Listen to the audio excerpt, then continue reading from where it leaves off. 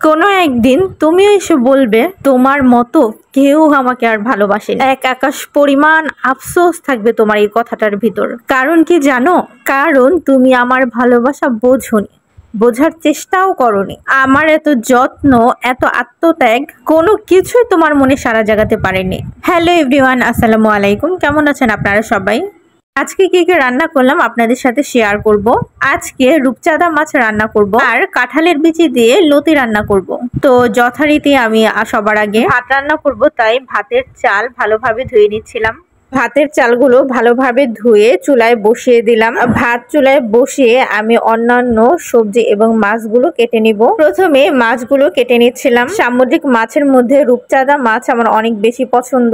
মাছগুলো কাটা হয়ে গেলে ভালোভাবে ধুয়ে নিয়েছি। এখন হলুদ লবণ মাখিয়ে কিছুক্ষণ মেরিনেট করে রেখে দিব। মাছগুলো কিছুক্ষণের জন্য রেখে আমি লতিগুলো বেছে নিচ্ছিলাম। এখন যেহেতু কাঁঠালের সিজন, আর কাঁঠালের সিজনে কাঁঠালের বিচি দিয়ে তরকারি খেতে অনেক ভালো লাগে। আমি তো মাঝে মধ্যে কাঁঠালের বিচি ভর্তাও করে থাকি। আমি কিছু কাঁঠালের বিচিও ছিলে নিলাম। আর অনেক লতি আছে খেলে গলা চুলকায়, এই জন্য লতিগুলো কিছুক্ষণ লবণ মাখিয়ে রেখে দিতে হবে। কিছুক্ষণ লবণ মাখিয়ে রেখে দিলে নাকি গলা চুলকায় না।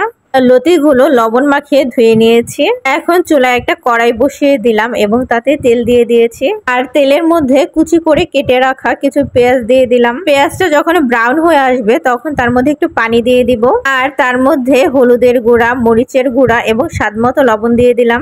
আর শুটকি দিয়ে দিব, কারণ লতিগুলো আমি শুটকি দিয়ে রান্না করব। শুটকিগুলো আমরা কক্সবাজার থেকে এনেছিলাম, সেই শুটকি দিয়ে লতিগুলো রান্না করব। শুটকিগুলো কিছুক্ষণ কষানোর পর তার মধ্যে লতিগুলো দিয়ে দিব। লতিগুলো দিয়ে কিছুক্ষণ নাড়াচাড়া করে ঢেকে দিব। কিছুক্ষণ পর ঢাকনা তুলে কাঁঠালের বিচিগুলো দিয়ে দিব।